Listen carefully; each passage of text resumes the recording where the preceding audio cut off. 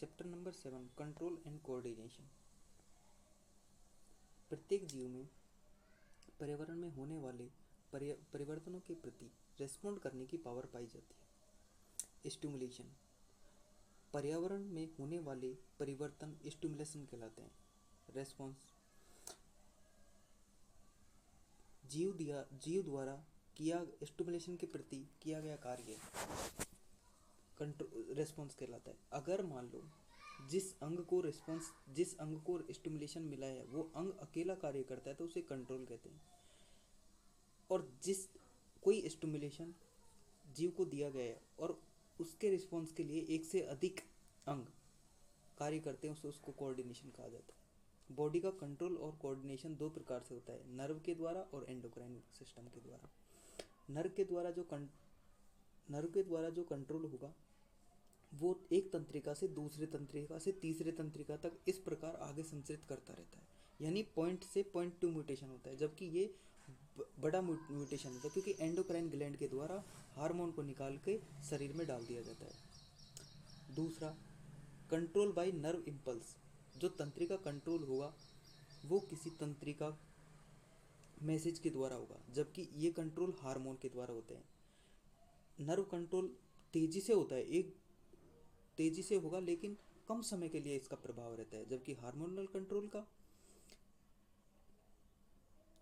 Work तो slow करता है लेकिन एक लॉन्ग टर्म के लिए रहता है।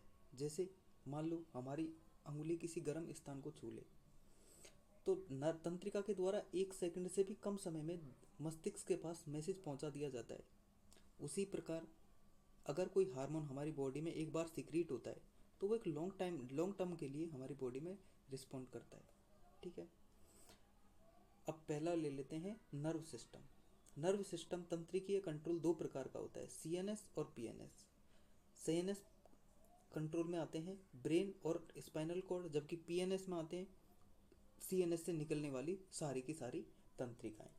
ठीक है, अब आप 1 सेकंड के लिए इसका स्क्रीनशॉट ले लें।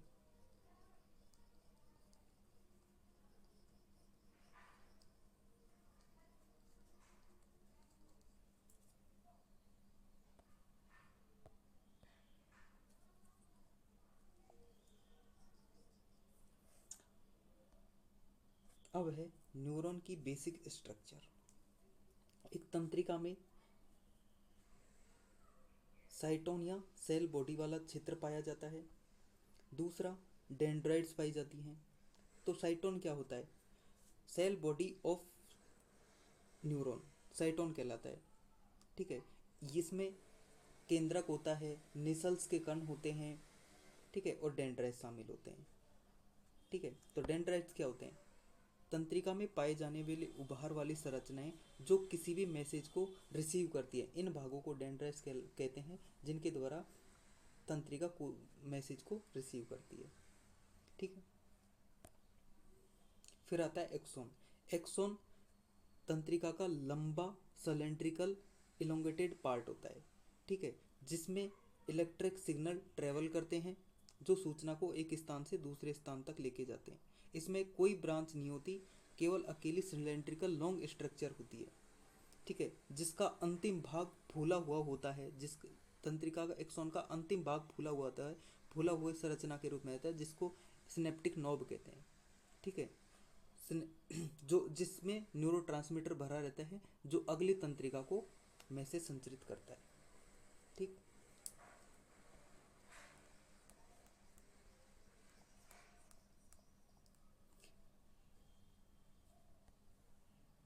अब है सिनेप्सिस।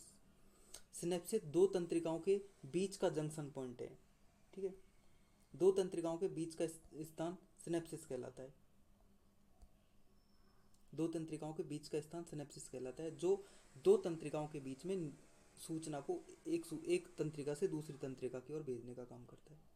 सिनेप्सिस में 3 प्रकार की संरचना पाई जाती है। सिनेप्टिक क्लेफ्ट यानी एक्सॉन, ये है एक्सॉन का अंतिम भाग, मैंने बोला था फूला हुआ है, उसको सिनेप्टिक नॉब बोलते हैं। सिनेप्टिक नॉब का दो तंत्रिकाओं के बीच यहाँ से दूसरा सिनेप्टिक क्लिफ्ट होगा, सिनेप्टिक नॉब होगा, दूसरी तंत्रिका सिनेप्टिक नॉब है। ये दो तंत्रिकाओं के सिनेप्टिक नॉब के मध्य के स्थान को सिनेप्टिक क्लिफ्ट कहते हैं। और पहली तंत्रिका का सिनेप्टिक नोब पर जो झिल्ली पाई जाती है उसको बोला जाता है प्री सिनेप्टिक मेम्ब्रेन, जो ये वाली होती है। और दूसरी तंत्रिका की सिनेप्टिक नोब पर एक और झिल्ली पाई जाती है जिसे पोस्ट सिनेप्टिक नोब मेम्ब्रेन कहते हैं। ठीक है। अब इनमें मैसेज का संचरण किस प्रकार होता है। देखो, सबसे पहले मैसेज आएगा किसके पास, स्टिमुलस आएगा किसके पास, डेंड्राइट्स के पास, उसको साइटोन में भेजा जाता है। निसल्स के कण में उनका रेप्लिकेशन ट्रांसक्रिप्शन करके एक्सॉन वाले भाग में ट्रेवल करते हुए एक्सॉन के अंत में अंतिम सिरे पर पहुंचते हैं। एक्सॉन के अंतिम सिरे को सिनेप्सिस कहते हैं, जिसके द्वारा इलेक्ट्रिक सिग्नल केमिकली पदार्थ के द्वारा दूसरी तंत्रिका में पहुंच जाते हैं। ठीक।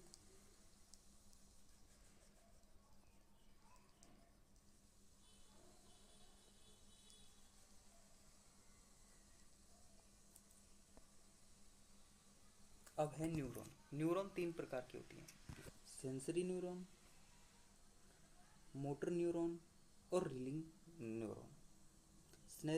सेंसरी न्यूरॉन वो न्यूरॉन होती हैं जो मैसेज को, इम्पल्स को रिसेप्टर से सीएनएस की ओर लेके जाती हैं, जबकि मोटर न्यूरॉन वो होती हैं जो सीएनएस से मैसेज को सीएनएस से इफेक्टर ऑर्गन तक लेके आती हैं।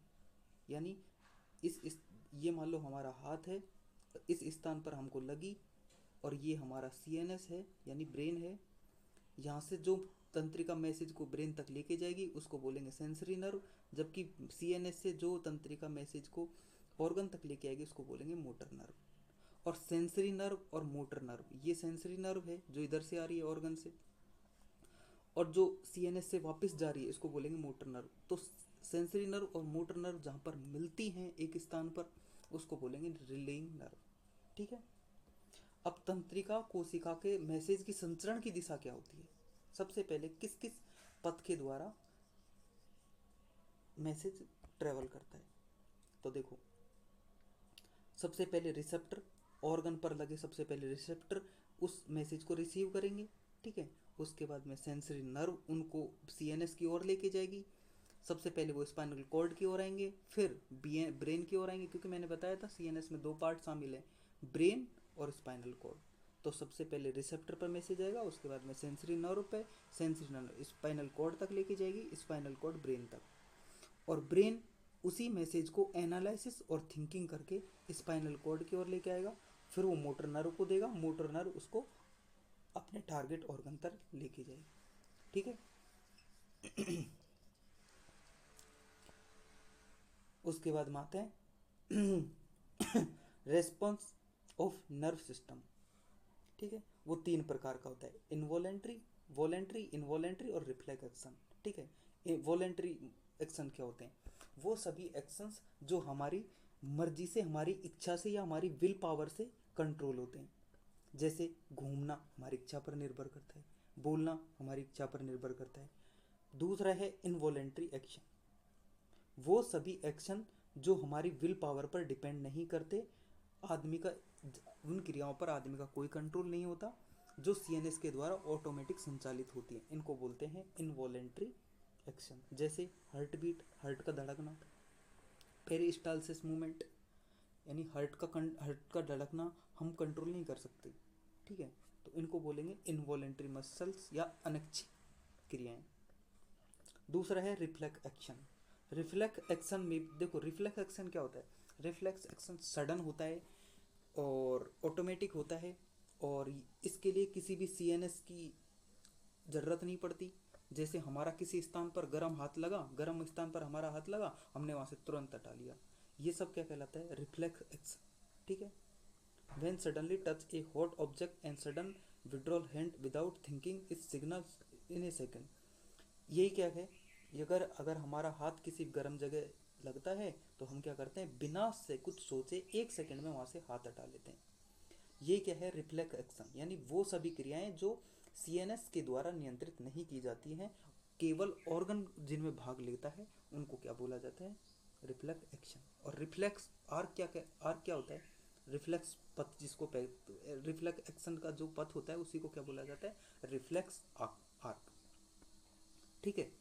तो रिफ्लेक्स आर्क में क्या होता है, ऑर्गन भाग, मैंने जैसे बताया कि इसमें सीएनएस भाग नहीं लेगा, ऑर्गन भाग लेता है। तो सबसे पहले जो मैसेज है स्टिमुलाई रिसेप्टर के द्वारा उसको एक्सेप्ट किया जाता है, फिर वो ऑर्गन उस मैसेज को इलेक्ट्रिक सिग्नल में ट्रांसमिट करके स्पाइनल कॉर्ड तक लेके जाता है, और स्पाइनल कॉर्ड से बिना सीएनएस पे गई वो वहीं से एनालाइटिक होके इफेक्टर ऑर्गन को मैसेज प्राप्त होता है, और वो मैसेज वापस से चेंज होकर इफेक्टर ऑर्गन को मैसेज देता है, यानी वहां से तुरंत हाथ हटाने के लिए बोलता है। ये होता है शॉर्ट पथवे। सीएनएस का जो पथवे होता है उसमें ब्रेन भी शामिल होता है, जबकि जो रिफ्लेक्स एक्शन का जो मोड होता है उसमें जो निर्णय लिया जाता है वो टारगेट ऑर्गन के द्वारा लिया जाता है। ठीक है, जैसे कि उदाहरण के द्वारा समझ लेते हैं। जैसे हमारे पैर पर जैसे कोई चोट लगती है तो डॉक्टर एक हथौड़ी नुमा, इस प्रकार की हथौड़ी नुमा संरचना से घुटने पर जैसे ही मारता है, हमारा पैर ऑटोमेटिक आगे की ओर भागता है, क्योंकि उसको हम कंट्रोल भी नहीं कर सकते। उसी को बोलते हैं रिफ्लेक्स एक्शन, क्योंकि ये जो निर्णय है वो ब्रेन के द्वारा नहीं लिया जा रहा है। अगर ब्रेन के द्वारा निर्णय लिया जाता तो हमारे द्वारा इस ऑर्गन की गति को रोका जा सकता था। जैसे डॉक्टर इसमें एक हथौड़ी मारता है तो मोटर नर्व के द्वारा वो मैसेज सबसे पहले कहाँ जाता है, टारगेट ऑर्गन तक जाता है, इसको बोलते हैं सेंसरी नर्व।